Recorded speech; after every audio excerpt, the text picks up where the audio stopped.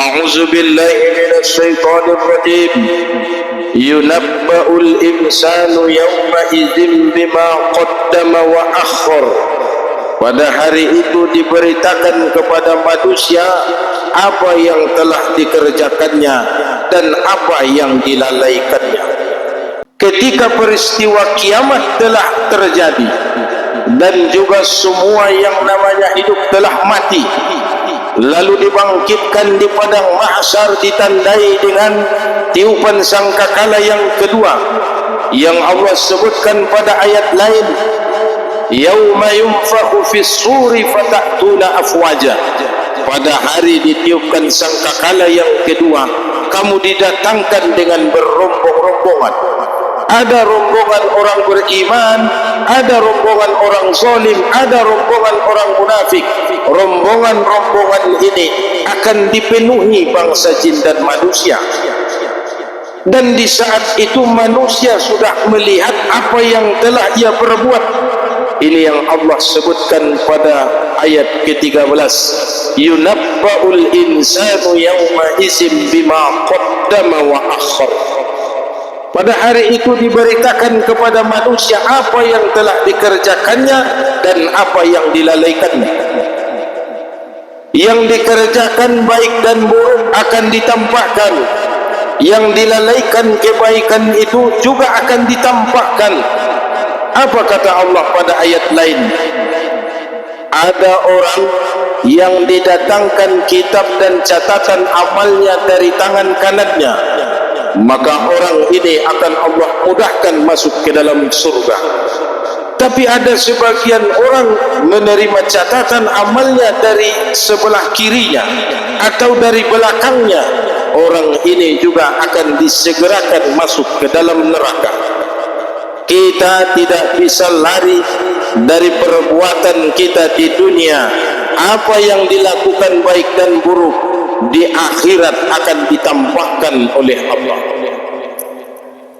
Lalu pada ayat ke-14 apa kata Allah? Balil insanu ala nafsihi basirah. Bahkan manusia menjadi saksi atas dirinya sendiri. Ala nafsihi basirah. Di hari berbangkit nanti Bapak Ibu sekalian, mulut ini Allah kunci. Al-yawma nahtimu ala afwahihim wa tukallimuna aydihim. Mulut mereka kami kunci kata Allah, tangan mereka yang berbicara, kaki mereka menjadi saksi. Dalam ayat lain, kulit dan daging mereka berbicara, mulut ini Allah tahan. Ketika tangan berbicara, kulit kita ngomong mengadu kepada Allah bahwa tanganlah yang mengambil milik orang, yang mencuri kelapa orang di sawah, yang mengambil hasil karet, yang mengambil dan mencuri milik orang lain. Tangan ini akan ngomong di hadapan Allah, kaki menjadi saksi, mulut tidak bisa membantah. Tapi setelah tangan, kulit dan kaki anggota tubuhnya mengadu kepada Allah perihal perbuatannya, baru Allah persilahkan mulutnya bisa ngomong dan bicara. Lantas mulut ini akan membela diri sendiri. Apa kata Allah? Walau alqa ma'azirah. Ayat yang ke-15. Dan meskipun dia mengemukakan alasan-alasannya. Jadi ada dialog antara mulut dan juga anggota tubuh yang lain. Dan manusia itu sekali lagi akan mengemukakan alasan. Dia katanya berbuat dosa karena terdesak ekonomi. Dia menjual dirinya melacur karena terdesak kebutuhan anak-anaknya. Seseorang melakukan maksiat dan dosa karena ingin beli ini dan itu. Para pejabat, para pegawai atau pemimpin korupsi karena dia ingin memenuhi kebutuhan hajatnya. Mulut bisa berbicara, tapi tangan akan menjelaskan perihal sebenarnya. Tidak ada yang luput dalam pandangan Allah. Dan manusia saat itu akan mengumpat. Mulutnya akan mengumpat kepada tangan. Wahai tangan, kenapa engkau membuka rahasiaku? Kenapa engkau ceritakan aibku? dan kaki ini juga diumpat dicela oleh mulut. Kenapa kau ceritakan? Maka di saat itu manusia tidak bisa lari dari kenyataan apa yang telah diperbuat di muka bumi. Sama halnya di dunia ini, Bapak Ibu sekalian, di Masjid Al-Ikhlas kita ini ada kamera, ada CCTV. Ketika terjadi suatu hal di dalam masjid, maka pengurus akan buka rekaman. Siapa yang mencuri kotak infak, siapa yang mengambil uang ketika infak berjalan, rekaman kamera itu akan dibuka, akan tampak kebenaran cerita. Sebelum itu dibuka, orang yang tertuduh akan membela diri. Maka seperti itulah gambaran kehidupan di negeri akhirat. Boleh mulut menyampaikan beribu-ribu alasan. Dia tidak solat karena dia miskin, dia melarat, dia sulit ekonomi, dia tidak melakukan kebaikan dengan banyak alasan. Tapi hati bisa mengadu kepada Allah, tangan bisa berbicara, kaki, kulit dan daging ini akan menyampaikan perihal sebenarnya. Karena selama kita hidup di dunia sudah terekam apa yang kita perbuat. Bapak-bapak, saudara-saudara yang dirahmati Allah, lebih lagi setiap kita, dalam ayat lain disebutkan, in kullu nafsin lamma 'alaiha hafiz. Setiap jiwa kami berikan penjaga baginya, kata Allah. Ada dari jenis malaikat raqibun wa atidun, ada kiraman katibin. Malaikat raqib akan mencatat kebaikan seseorang, malaikat atid akan mencatat keburukan manusia. Tapi orang beriman kelebihannya, Allah itu maha baik. Kalau orang baik berbuat baik, segera dituliskan kebaikannya. Tapi begitu dia berbuat salah, malaikat atid tercatat penanya untuk menulis, pulpennya tertahan untuk menulis. Karena keburukan ini dilakukan oleh seseorang yang ahli ibadah, seorang mukmin atau seorang muslim. Apa kata malaikat raqib atid? Tunggu barang sebentar. Bisa jadi orang ini setelah ini menyesal, dia taubat, dia mengaku telah salah, dia akan memohon ampun kepada Allah. Tunggu dulu. Sampai kapan malaikat atid menunda catatan ini? Sampai matahari telah terbenam, di waktu asar telah selesai, maka malaikat penjaga siang akan kembali ke hadirat Allah membawa laporan. Karena seharian orang ini tidak taubat, dia tidak solat, habis solat tidak mohon ampun, tidak menyesal akan dosa itu, terpaksalah malaikat atid mencatat keburukan dan dosa yang dilakukan seorang muslim atau seorang yang beriman. Di malam hari juga sama, dia ikut solat maghrib, solat isya dia juga berjamaah. Tapi ada kadang-kadang mulut salah terucap sehingga orang tersiksa, orang terzolimi, atau dia mengambil barang seseorang, ia mencuri padahal ibadah dilakukan. Malaikat raqib akan mencatat amal ibadahnya, malaikat atid akan menunda catatan itu sampai orang ini bertaubat dan memohon ampun kepada Allah. Sampai kapan malaikat ini menunda? Sampai waktu subuh berakhir. Jadi kata Allah, jagalah semua waktu solat, khususnya solat asar. Hafizu ala sholawati was sholatil wusta. Solat pertengahan adalah solat asar, karena waktu asar malaikat penjaga siang naik ke langit dan malaikat penjaga malam turun dari langit ke bumi. Inilah yang mengkawal kita. Maka siapapun di antara kita, mau orang soleh, orang jahat, orang baik, penuh maksiat dan dosa, atau guru dan murid, seorang ustaz, ulama, kiai, semuanya tidak luput dari catatan raqib dan atid. Dan di hadapan Allah laporan ini akan dipersembahkan. Bagaimana kita akan mengelak dari kejahatan dan kebaikan yang kita perbuat. Dan di samping itu manusia juga diikut sertakan bangsa jin yang menyertainya dari sejak lahir. Kata Rasulullah dalam hadis, tidak dilahirkan seorang anak Adam kecuali Allah ikut sertakan korin baginya. Apakah engkau juga sama ya Rasulullah? Jawab Nabi Muhammad, benar, saya juga punya korin. Akan tetapi Allah telah mengislamkan korin yang ada padaku. Dia hanya membisikkan bisikan kebaikan. Itu perbedaan korin yang menyertai kita dengan korin yang menyertai Nabi Muhammad. Tapi kelak kemudian di hadapan Allah, korin ini akan ditampakkan berhadapan dengan manusia itu. Allah akan nanya, kenapa kau tidak sholat? Kenapa kau mencuri? Kenapa kau merampok? Kenapa berbuat maksiat? Kenapa tidak melakukan kebaikan? Apa jawab manusia itu? Saya digoda oleh setan, saya digoda oleh bangsa setan. Dan korin itu ada di hadapan manusia yang bersangkutan. Dia akan jawab, hei marbalan komang kuling ning setan, inda unjung ugoda hona manangku arambir nyalak sianui, inda unjung ugoda hona manangku itik ni sianui, manuk sianui, membuat lasiak ni sianui, inda unjung ugoda ho. Memang hodo lek na orang kurangan ning setan ni, memang nalayasan ruamu jauh. Di dunia saya terus kau fitnah, semua dosa kesalahan kau tumpahkan padaku, dan di hadapan Allah kau juga tetap menuduhku. Korin, jin, setan itu membela dirinya di hadapan Allah.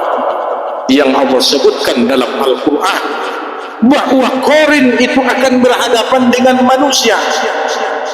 Jin atau setan yang menyertai kita akan membela dirinya. Tidak semua dosa dan maksiat itu dilakukan manusia sebab godaan dari setan dan korin itu. Jadi ternyata yang paling parah itu bukan setan. Apa yang paling parah dalam tubuh manusia? Nafsu. Nafsu dari pusar kita, ngun pusut niba, tuati-ati niba sanjongkalnya. Itulah nafsu. Nafsu di atasnya ada qalbun, di atas qalbun ada akal. Akal ke qalbun adong dua jongkal, nadawan kan? Maka makin mudah qalbu ini dikuasai oleh nafsu.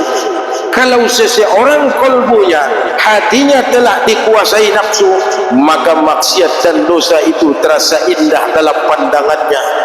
Meninggalkan solat, tidak berbuat kebaikan akan merupakan kebanggaan dalam hidupnya. Ima suka banggaan dia lagi nama nangkoi nama buat-buati ning ruwa dia ia di pareman dan centeng ni perbundarun perasaan dia dah. Karena nafsu telah menguasai kolbunya. Mabiar dolak perbundar dia ning ruwa dia. Mabiar kalai arana ida di pareman ni perbundar isa jo media jatinya. Nafsu telah menguasai kolbunya. Karena jaraknya dekat. Nafsu hanya sejengkal dari kolbu. Dan sangat sulit akal kita untuk membela kolbu. Kenapa? Karena jaraknya ada dua jengkal. Karena dong uang kolak kan? Ngon akal tu kolbu. Maka orang-orang yang betul-betul mencari keriduan Tuhannya, ia akan tundukkan akalnya di hadapan Allah yang kita sebut dengan ruku. Untuk solat yang wajib 17 rakaat, 2 subuh, 4 zuhur, 4 asar, 3 maghrib, 4 isya, total keseluruhan 17 rakaat. 17 kali dia tundukkan kepalanya, akalnya merendah agar sama lurusnya dengan kolbunya. An selurus narukui takal lidang deh kan, akal liba dohot kolbu niba. Ibarat ni aik pemain sekalian di bahasan selang. Main turun nafsu hitung-hitung kolbu ingin jangan akal sulit menjangkau ke bawah. Nafsu makin mudah mempengaruhi hati manusia. Tapi di saat ruku, akal kita dengan kolbu kita lurus. Mari si aik dari silangon bu kan mengalir di aik desonan susun. Maka orang-orang yang ruku itulah yang betul-betul bisa memperbaiki akalnya, cara berpikirnya, dan lebih rendah lagi di kala sujud. Kalau sujud, manusia akan berada pada posisi begini, akalnya di bawah, qalbunya di atas, nafsunya di atas. Karena nafsu kita ada di perut, di lambung ini, di atasnya ada qalbun, di atasnya ada akal. Sujud dalam satu rakaat 2 kali.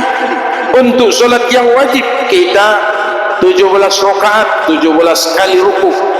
Dalam satu rakaat 2 kali sujud, berarti 34 kali kita sujud, 17 kali kita ruku.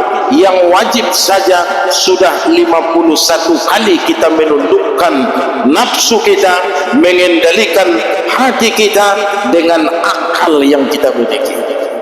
Ditambah lagi solat qabliyah, solat sunat ba'diyah, solat malam, solat duha. Maka orang-orang yang menyembah Rabbnya dalam solatnya, akalnya akan bisa menguasai kolbunya, nafsunya akan bisa dikendalikan. Tapi coba bayangkan, jika seseorang tidak solat, dia tidak ruku, dia tidak sujud, maka seumur dia hidup akalnya tetap di atas, sulit menjemput kolbunya, dan lebih parah lagi mempengaruhi akal nafsunya. Apa kata Allah? Inna salata tanha anil bakhsya'i wal munkar. Sesungguhnya solat bisa mencegah seseorang dari perbuatan keji dan perbuatan mungkar. Maka masing-masing kita orang tua harus mendoakan, laksana doa yang Allah sebutkan dalam Al-Quran. Rabbi ja'alni muqimas salati wa bin zurriyati. Oh Tuhanku, bain malanga awon halak namang karijoon solat, dosongoni use anak keturunan pinomparanku. Rabbi ja'alni muqimas salati. Ibrahim, Nabi, Rasul, gelarnya Khalilullah. Allah tempatkan di langit ketujuh, makomnya paling tinggi di bawah makom Rasulullah. Tapi dalam hidupnya dia tetap bermohon agar anaknya Ismail, orang yang senantiasa menjaga solat, agar anaknya Ishak tetap solat, agar anak keturunannya kemudian hari menjaga solat. Maka kita pun harusnya begitu. Doakan keluargamu. Rabbi ja'alni muqimas salat. Ndana bot pa ustad doa na imam atobak da tarapil bezun dia nomi bain bahasa hitam. Andikan di doa setelah kita selesai solat witir atau sebelum solat subuh, kita dirikan, berdoalah kepada Allah. Laksana Nabi Yakub berdoa kepada Tuhannya perihal dosa kesalahan saudara-saudara Yusuf alaihissalam. Nabi Yakub punya anak beberapa orang, salah satu di antaranya Yusuf. Yusuf dicelakai oleh saudara-saudaranya. Setelah sadar Yusuf ini dewasa menjadi seorang bendahara di kerajaan, bendahara Fir'aun di masanya atau raja di masanya, mereka menyesal, mengaku kepada ayahandanya, ayah, doakan malanga ayah Tuhan hansu yang punya Allah dosa Nabi. Anaknya sudah menyesal. Lantas Nabi Yakub menunda doa itu, tidak segera ia doakan, ia menunda sampai waktu sahur. Lalu disitulah Yakub berdoa. Aun mana harus kita tiru kan? Separah apapun anakmu, sejahat apapun keturunanmu, doa ayah dan ibunya bisa merubah itu, karena Allah akan berperan serta dalam merubah anak dan keturunan kita. Tapi harus didoakan. Doakan sebelum solat subuh atau setelah selesai solat witir. Tidak usah minta rezeki, minta kekayaan, minta ini itu. Untuk anak keturunan kita, berikan waktu khusus buat mereka mendoakannya. Itulah di penghujung malam, setelah solat witir atau setelah solat qiyamul lail, paling tidak sebelum kita solat subuh. Doakanlah. Oh Tuhanku, lehen dia nak hidayah, lehen di memperki Tuhanku kesempatan, lehen dia lai petunjukmu Tuhanku, ansura mengkarjohon sumbayang, ansura alai meramal ibadah. Au Tuhanku ngau statau, inna muballikau, inna malau manurang pun kaji, inna malau martongkar bertagana ki malampas sikola nalai. Tuho maya Tuhanku mengadu, ubah malang hati-hati nai. Ayah dan ibunya mendoakan, kenapa tidak? Allah itu akan berperan aktif untuk merubah anak dan keturunan. Tapi kalau sempat kita lupa mendoakan, anak-anak ini semakin lama akan semakin jauh dari tuntunan agama. Bapak Ibu sekalian hadirin yang dirahmati Allah, kembali lagi nanti di hari kiamat, walau alqa ma'azirah, walaupun manusia itu membuat-buat alasan, kenapa tidak kau nasihati keluargamu, anakmu, istrimu, suamimu? Mulut akan mencari dalih. Oh Tuhan, madung daun jung upai ngoton, nalewati pajolo-jolo marumah tangga dengan aki mulen don si paingot. Suni mulala kewajiban kuning muluton, kan? Namun tangan, kaki, hati akan berbicara yang sebenarnya. Rupanya dia takut akan murka anaknya, mabiari gimbal anaknya. Itu sungai pengut dia, mabiari dia durhaku anaknya, mabiari alasan-alasan banyak akan kita kemukakan.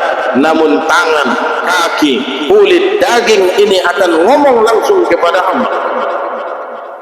Dalam ayat lain apa kata Allah? Wa amma man utiya kitabahu wara'a zuhri, orang yang menerima catatan amalnya dari punggungnya, fasawfa yad'u subura wa yasla sa'ira, dia akan disegerakan masuk neraka. Apa sebab dia segera masuk neraka? Karena waktu di dunia dia sangat senang dan berbahagia atas kesalahan dosa anak-anaknya. Dia bahagia. Yang Allah sebutkan, dia merasa senang karena anaknya mungkin berpenghasilan dari dosa itu. Songon jannari deh, mamasak nomor, mamasak togel anaknya. Oh Pak Oji, Ibu Haddah, namasang togel luweng anak, namasang nomor. Astagfirullah, butimon istighfar ang atang bubuna. Tayo butong usak alun mandapot to yadong 2 juta ubegin. Alhamdulillah niya kan. Wag 7 di astagfirullah.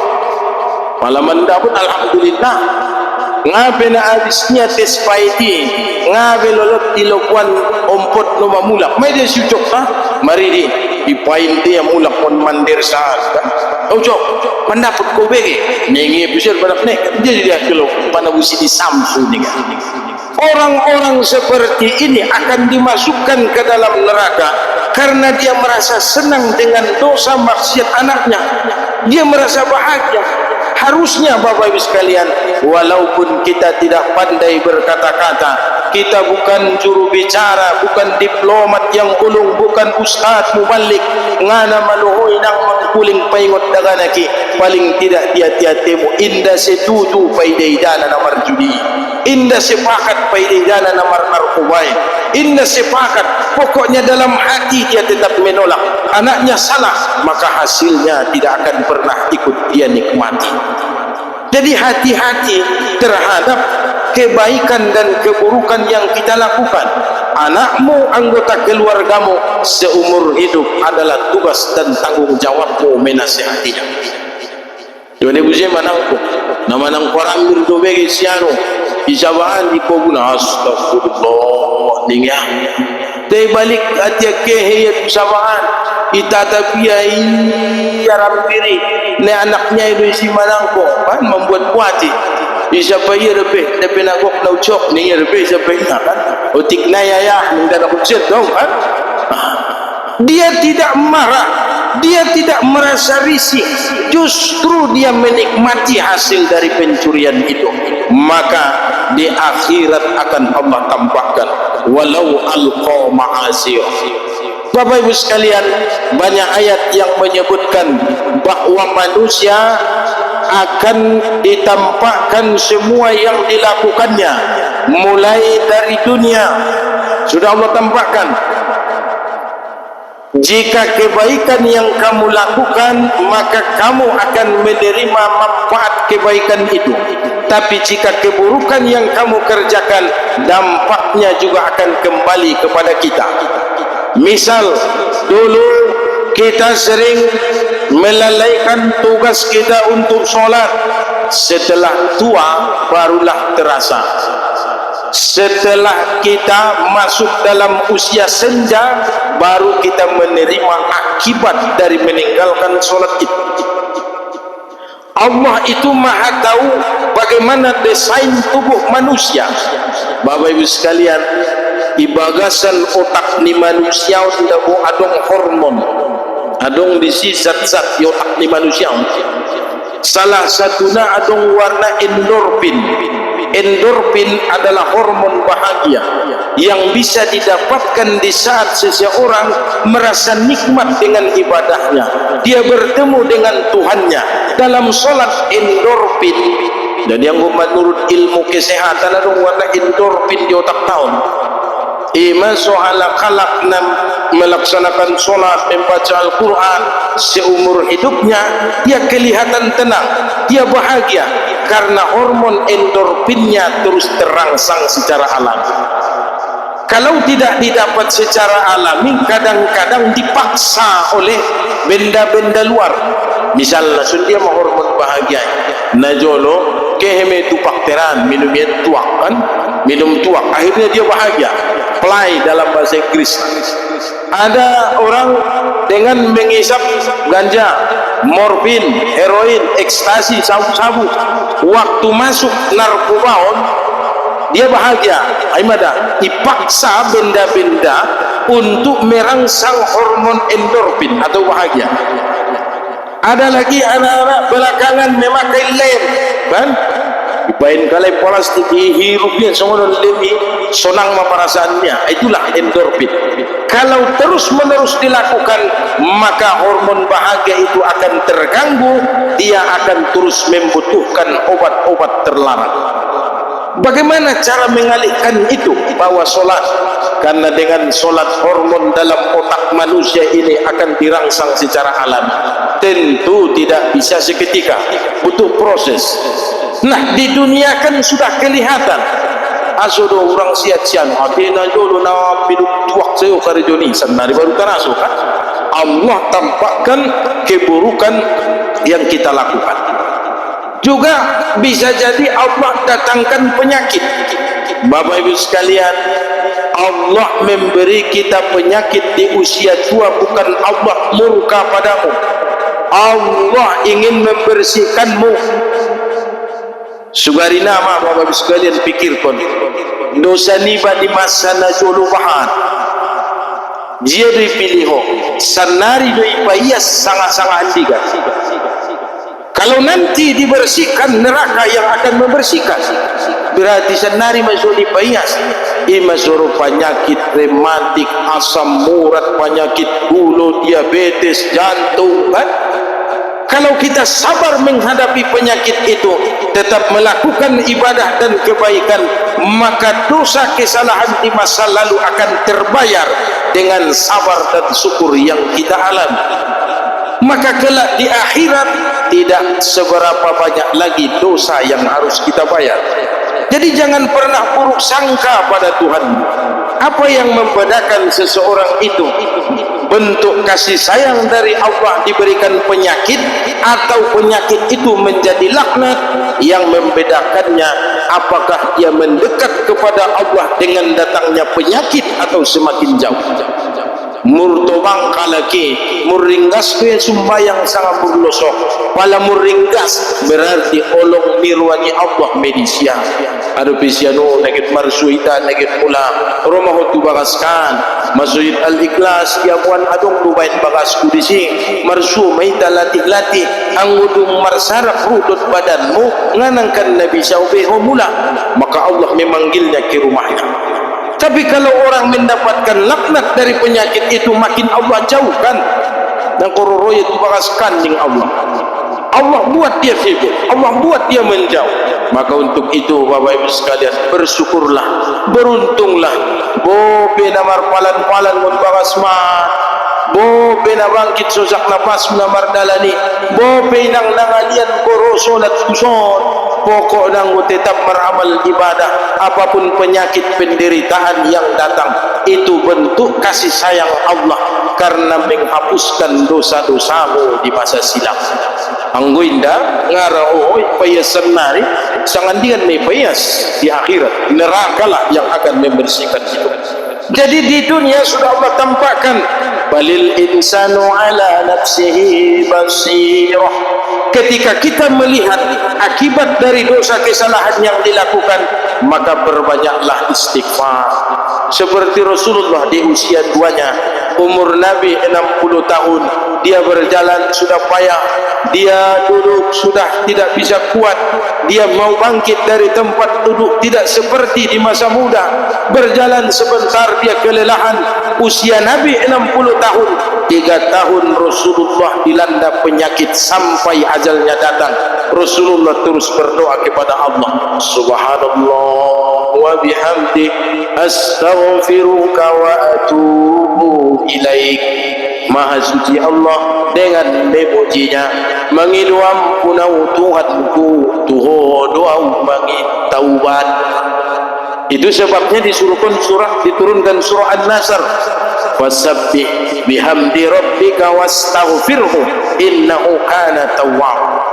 Yang sebelumnya Rasulullah salat dalam rukuk membaca subhana rabbiyal azim, subhana rabbiyal azim, dalam sujud subhana rabbiyal a'la, subhana rabbiyal a'la. Tapi setelah turun surah An-Nasr, fasabbih bihamdi rabbika wastaghfirhu innahu kana tawwaba, Rasulullah merubah bacaan rukuk dan sujudnya dengan permohonan ampun. Subhanakallahumma rabbana wa bihamdika Allahumma ghfirli, ampun ya Tuhanku. Nabi Muhammad kekasih Allah, dia Rasul yang mulia, makamnya di atas para Nabi dan Rasul. Dia khatamun anbiya'i wal mursalin. Dalam rukuknya dia tetap berdoa, Allahumma ghfirli, ampun ya Tuhanku. Ahmad dosa di Rasulullah, ahmad kesalahan dia. Jadi kita pun sama, ketika kita sudah merasakan akibat dari dosa-dosa kita di masa lalu, perbanyaklah solat, dalam rukukmu mohon ampunlah, subhanakallahumma rabbana wa bihamdika Allahumma ghfirli. Setelah solat astaghfirullah, astaghfirullah. Ketika mulai penyakit itu melanda kita, kambuh penyakitnya, perbanyaklah astaghfirullah, dosaku, dosaku Tuhanku, astaghfirullah, dosaku Tuhanku, astaghfirullah, astaghfirullah. Dari habis solat malam juga sama, mohon ampun, astaghfirullah.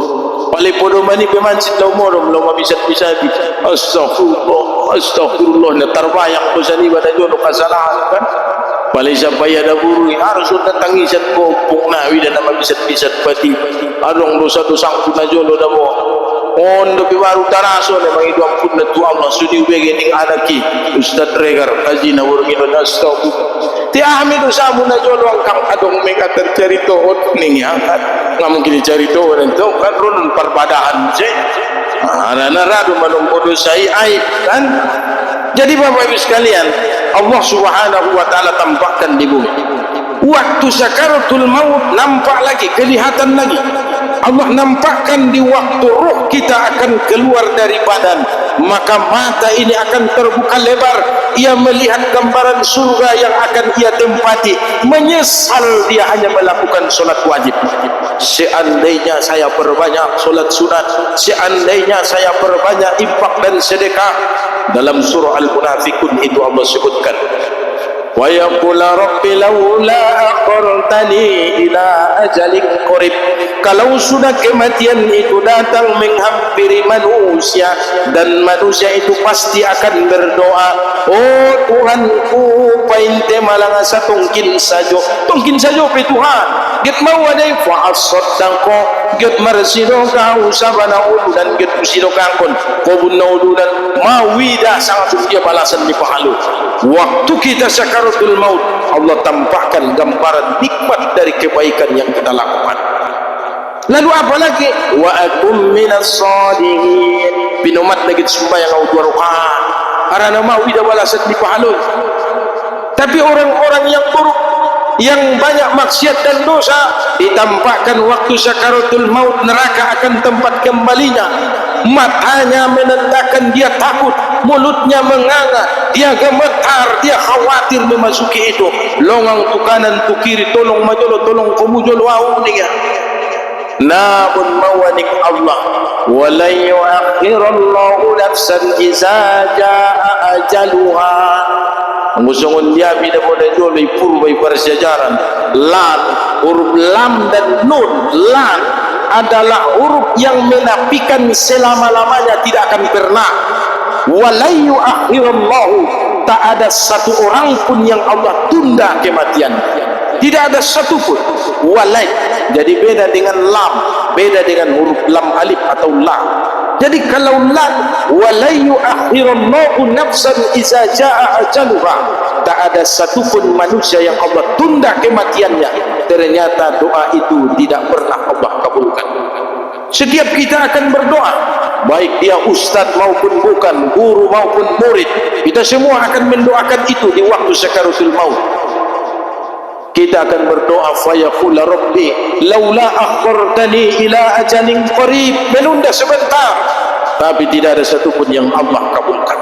Maka untuk itu Bapak Ibu sekalian, selama kita masih hidup, ajal itu belum datang, ruh belum keluar dari tubuh kita, maka beramal ibadahlah, karena waktu sakaratul maut akan ditampakkan kebaikan itu. Di alam kubur Allah tampakkan lagi. Ketika malaikat mungkar dan nangkir datang, dia akan nanya man rabbuka, man nabiyuka, akan ditanya perihal persoalan siapa Tuhanmu. Bukan lisan yang menjawab, tapi amal kita yang menjelma menjadi sosok makhluk. Orang yang ahli ibadah, orang yang rajin melakukan kebaikan, ibadahnya menjadi sosok makhluk, mangkuling mamakhlukon. Tenang puisi anak buru, pahulung maisi papodon, anggoro narun mungkar dan nangkir au menghadapi ining makhlukon. Maka orang ini Allah tidurkan, Allah lapangkan kuburnya, Allah terangi seluas mata memandang kuburnya itu, dan Allah tampakkan pandangan surga dalam pandangannya.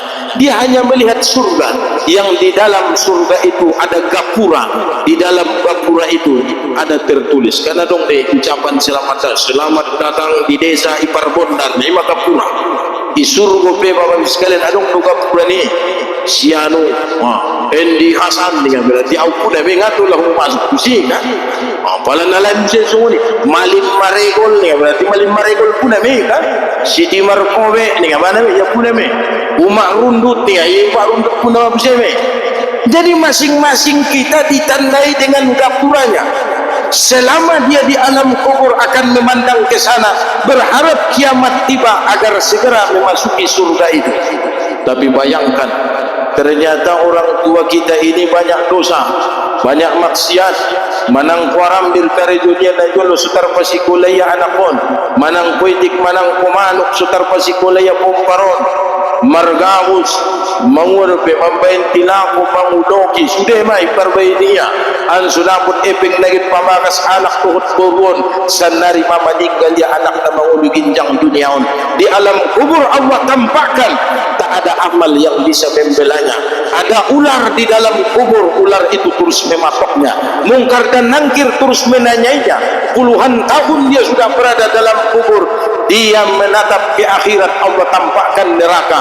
Lantas dia mengalihkan pandangannya ke dunia, ia melihat anaknya berada di Masjid Al-Ikhlas berdoa, Rabbi gfirli warhamni, oh Tuhan kuampuni au rahmat ya wali walidayya warhamhuma kama rabbayani shaghira. Nauntung madaidang itu akun kuau ni ubah di bai, nauntung madaya itu akun kuau ni ngaya di bai. Salamat aturan mau nak gimbal kan lalu nak gimbal. Lalu torang hari buat ambil, buat manggis, buat karutu, dapat efeknya 100.000, 80.000 isya, 20.000 pemasukan tu kotak impak di masuk itu. Nauntung madamak, nauntung madinang korungku, ibagi hojau deba, na jolo tarutungi, gara-gara nama juani, nganau karejo ambil sumpayang, na lupa do kewajibanku sannari mamai bayi bakun kode basalawat ya. Tapi sebaliknya orang yang melupakan orang tuanya, aram diralai rumanyuanna, pisang alai rumanyuanna, manggis tarutung, habis ipapangani anak naidot korunai, sotik pengarung sidokahkon kanai, mengupat orang tuanya, nadangul marapamasak lojana upanyuan tarutungi banyuan aram diri, sotik pengailin kojang. Benna sotola dikabulkan Allah doa orang yang mati kepada orang yang hidup, karena yang berlaku hanya doa orang yang hidup kepada yang mati. Kalau Allah kabulkan doa orang yang telah mati kepada orang yang hidup, ning ruangku area itu kita unamala celaka gara-gara sumpah serapah orang tua kita. Maka untuk itu Bapak Ibu sekalian harus ingat, di dunia Allah tampakkan balil insanu ala nafsihi basira, manusia itu menjadi saksi dari kebaikan dan keburukan yang ia lakukan. Waktu syakaratul maut Allah tampakkan, di waktu kita di alam kubur juga Allah tampakkan, menderita orang yang sedikit amal akan bahagia orang yang banyak amal. Ketika hari berbangkit telah tiba, dia bangun dari kuburnya, ia merasa seperti tidurnya seorang pengantin. Sendia memodok di pengantin, semalam suntuk dia tertidur, tapi baru terasa sebentar waktu itu berlalu. Itulah kehidupan orang beriman. Dan tidak hanya sampai di situ, di alam berbangkit dari kubur manusia dibangkitkan sesuai dengan kebiasaan amalnya waktu di dunia. Kalau amalnya biasa mengambil milik orang, anggu panang podo bayo anak kurui bahatan dosanya pada kebaikannya, Allah bangkitkan dari kuburnya, badannya badan manusia, punya tangan dan kaki, tapi kepalanya seperti kepala tikus. So ulu na ulu dimon cimi bin pun jantingan. Jadi itulah gambaran di hari berbangkit. Dan setelah itu berjalan menuju yaumil hisab. Yaumil hisab juga sama, Allah tampakkan lagi, dan pada akhirnya dia dimasukkan dalam neraka. Dan penderitaan paling menyakitkan di neraka adalah Allah pertontonkan kenikmatan orang yang berada di dalam surga. Wanada ashabul jannati ila ashabin nar, marsi jauh-jauhkan alakna disaruboi itu penduduk di narakoi ning Allah. Biado angkang siat domisi jing bayoy na mo saruboi kan. Ala tolong malang jolo angya pagi jolo sende ba ang puri pangano ni tidak bisa. Allah melarang kami membantu kalian. Tentung idok do na jolo di uang kang na bitengan ruamu membalos maniay boleh surgoi kan. Nalewati kiau tumasoy pantatay hori ko na pamalim-malim kon marsido ka ayo ko na pakayo-kayon do taw markurban ni ko na gipati daw no sinadongan sanarikan may rasoy ho ning bayoy. Imada ni maksudnya Allah di surah Al-Mutaffifin, innal ladzina ajramu kanu minal ladzina amanu yadhakun. Waktu di dunia pantatayala kiba aja wallalane apa betul-betul hande degna. Tapi ingat, nanti di akhirat atau di surga akan dibalas itu, akan dibalas. Orang-orang yang beriman akan menertawakan orang-orang kafir dalam neraka. Jadi Bapak Ibu sekalian, ima so konsepna ipitnah kalak konang pun balas di dunia on, sangandigan do balas palamay surgoi ho rasoy tahun pun mau baru-bari besi abadan abidin selama-lamanya. Kalau kita balas di dunia kan waktu marsuh ibalos, tapi dengan ruang muda ibalos ko sekali imenya, di akhirat tidak ada pembalasan. Tapi ketika kita ikhlaskan dia memfitnah kita, dia mengusir kita, menghujat kita, mencaci maki, mencela kita, di belakang kita dia memburuk-burukkan nama kita, diam dan simpanlah itu sebagai senjatamu nanti di negeri surga, memulangkan, membalikkan sebuah kalimat yang pernah ia lontarkan. Au peda buwa pilapil di Bapak Ibu sekalian, boning siadu songono, on sangat digan boning orang deh. Ning siam songonon aw mapitnahon niya sangan bigan ko ara mo wapilapil man ko sanna riya pila ko ikhlas kun mazongoni kan cuma lengi ingot-ingot walay surga bersangan digan mawado kongsi so tinggi pada pihak bukan 1 jam 2 jam abadan abidin selama-lamanya. sepuas-puasnya kita mencela, menghina dan mencaci maki mereka. Kalau sudah di surga Allah bebaskan. Wanada ashabul jannati ila ashabin nar. Dalam surah Ali Imran Allah sebutkan orang yang di surga akan menyeru penduduk neraka. Aon kon rasoi di bumensi. Lau panganan tong pangan ni kan adong busi manyulang ida bidadari kan. Nasonang we cukuan na surga. Nalewati ibu hatta biaro mo ito arun darakoi milas on bocang kiron sere waktu ginjang dunia roau tu bagasmi mangido sere si solangot na kayo milalolo paulak manusia bain kayo bain miskin au beteng marwamo on nidoro kalas kon bo sere don sere ni baru piapan so materuannya. Jadi Bapak Ibu sekalian, itulah sebabnya kita lebih baik mengikhlaskan kejahatan, keburukan yang dilakukan orang lain, maksiat dan dosa. Ketika itu diikhlaskan, di surga harus kita balaskan kepada orang-orang yang mencela. Innal ladzina ajramu kanu minal ladzina amanu yabakun. Orang-orang yang berbuat dosa dan maksiat akan menertawakan orang-orang yang beriman. Alal baru iza marru bihim yatabu masud wa izan qalabu ila ahlihim qalabu fakihin wala mulakiyatu bangasnya marsunut anaknya dot suaminya tarona alakna sampingnya mau baru-baru nama libat lalaki dan suaminya. Ini maksudnya wa izan qalabu ila ahlihim qalabu fakihin wa iza ra'awhum qalu inna ula'i ladallun pala ni dayai baju di rombongan marami-rami baru-baru jai bedokon yang diciren tetangga tudongan ni mana sajubuan ni nasosat dia anak kuri nasosat dia bayo lang pardongan ko mo nasolabu rin napaboto-boton diliya masde ini surah al-mutaffifin wa izaru qalu inna haula ila dallun wa ma ursilu alaihim hafizin ijahuye nang ko 24 jum ahli ben muhammad sallallahu alaihi wasallam kan hebat min nasuridan kan wa ma ursilu alaihim hafizin fal yawmal ladzina amanu minal kuffari akan ada masanya setelah memasuki surga orang beriman menertawakan mereka. Surah Al-Mutaffifin di bagian akhir. Bapak Ibu sekalian, inilah yang bisa kita kaji. Intinya peristiwa kiamat harus betul-betul kita imani, kita yakini pasti terjadi karena dia rukun iman. Rukun iman yang kelima, beriman pada hari akhir atau hari kiamat. Maka kalau kita percaya kiamat akan datang, beramal ibadahlah. Beramal ibadah di dunia akan Allah tampakkan kebaikan itu, keburukan itu juga Allah tampakkan dampaknya. Kita kaji sampai surah Al-Qiyamah sampai ayat 15 karena sudah masuk waktu Isya, kita cukupkan sampai di sini. Wa akhiru da'wana alhamdulillahirabbil alamin. Wassalamualaikum warahmatullahi wabarakatuh.